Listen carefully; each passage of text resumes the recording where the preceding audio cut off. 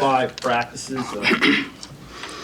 What would you say overall assessment of the 3 scholarship quarterbacks? I'm excited about where they're at. I think Coach Rule's done a fantastic job with the implementation of reps. You know, as you guys are hearing about, you know, kind of our spring league, if you will.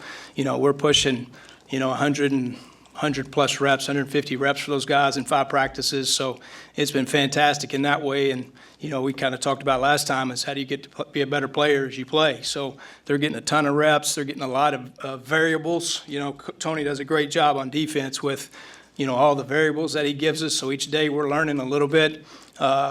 You know, an installation sometimes meets installation, right? Meaning, you know, we're running a play that might not necessarily be ideal versus a look, but I think it's great for the quarterback in the fact that you really have to play to your rules.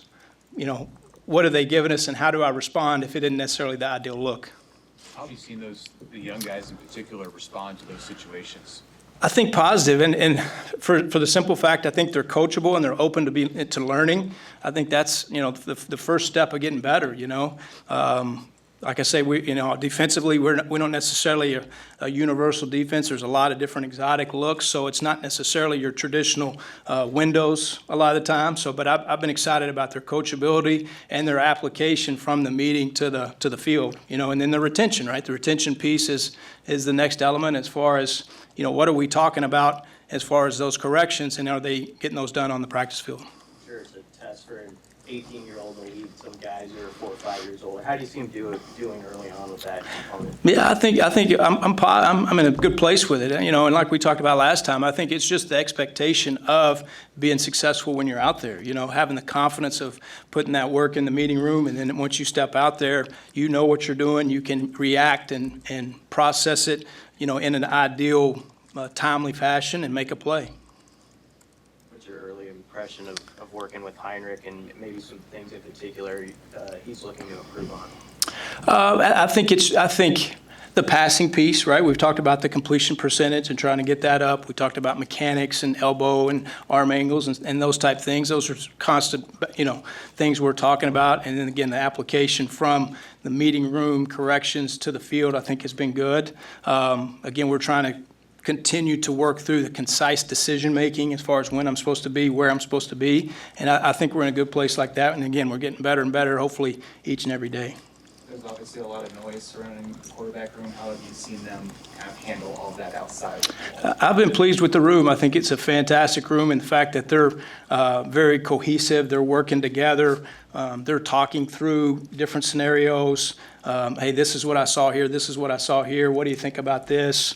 I love the fact they're asking questions. You know, sometimes you sit in a room and you don't want to be the guy that's asking the question. I think they're asking a question which stimulates more conversation for other people that they might have that same question that they didn't ask. So all those things I think are positive and helps the room build.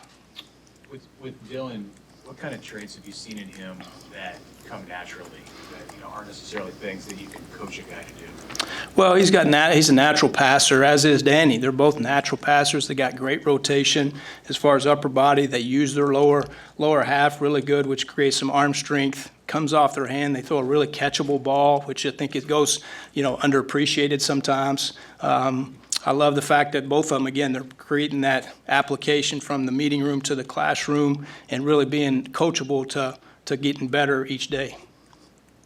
Are the 3 teams that set up with each of them leading, especially the 2 of them, well, they're all young, but how have you seen that maybe benefit them in a way? Because they're not only getting all those reps, but they're kind of having to then also lead those groups very quickly. No question, and I think that's part of the strategy as far as creating that leadership mentality. You know, guys that don't necessarily work with or have, you know, experience with, that they have that social dynamic. You know, when things are going good, they're celebrating together. When things are low, you know, you might have to pick them up. So I think having that dynamic with people that you aren't working with necessarily on a down-in, down-out basis, I think is a positive, and it's shown to be a good thing for the first, you know, week and a half. You have a guy that started last year, Hurrdat. Do you talk to him just a little bit differently? Because it's pretty clear he's again in a quarterback competition, even though he kind of earned the starting job. What do you say to him about staying motivated despite being in a competition with two players who've never taken a college snap? Well, he's self-motivated. I think that's an attribute of all those guys. He's self-motivated. I don't think I have to motivate him. He wants to be good. He wants to continue to improve. So I respect that out of him. We ask questions all the time. He gives me feedback on maybe his thoughts last year, why this happened, why that happened. So that's been nice perspective that way. But he's definitely a self-starter, self-motivated, and he's the one pushing himself to get better for sure. The other question about the two young quarterbacks, so both of them were Elite 11, and that's to you, but they were, considered among the best in the country. When you get guys, and then the first time you have to tell them, maybe there's something that you do that you need to improve. How does that conversation go? Like, how do you communicate with somebody who's been told for years that they're great? Actually, you need to fix something. I think it's a natural course. I mean, obviously, when you start practicing and you understand the speed of the game and how the unique defenses and how to attack a defense, I think that in itself will take a step back and be like, hey, how is the best way to do this?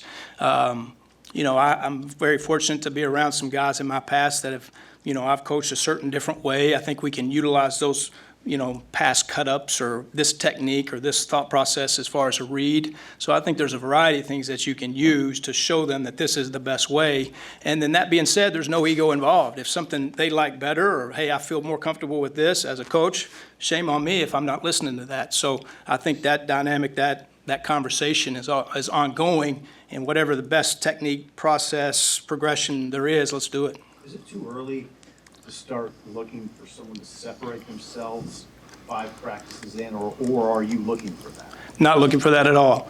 Each time you step on the field, we're expecting you to execute, and I think that's the perspective going in, and we're no rush for that. I think the process of getting reps is the emphasis, and we're getting that accomplished right now. Glenn, how about for you, 5 practices in, just being back in the college game and being here and coaching these quarterbacks? How has it been? It's been great. It's been great. You love the energy, the enthusiasm, bouncing from play to play. We're not getting enough plays. Hurry up, do this, do that. It's been fantastic. And, each day you come in the building, the energy that those guys bring to you and you try to bring to them, it makes coming to work every day, a lot of fun. How does that change your approach knowing, you were working with professionals, now you're working with college kids? Do you feel like they're more like sponges, they can soak in information more, where pros are kind of a back and forth dialogue?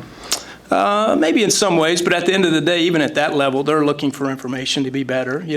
I think at the end of the day, in a meeting, the more information that you can give them to be a better player, they're receptive to that. So, it might be a little different information that you're given, but for the most part, it's a similar dynamic.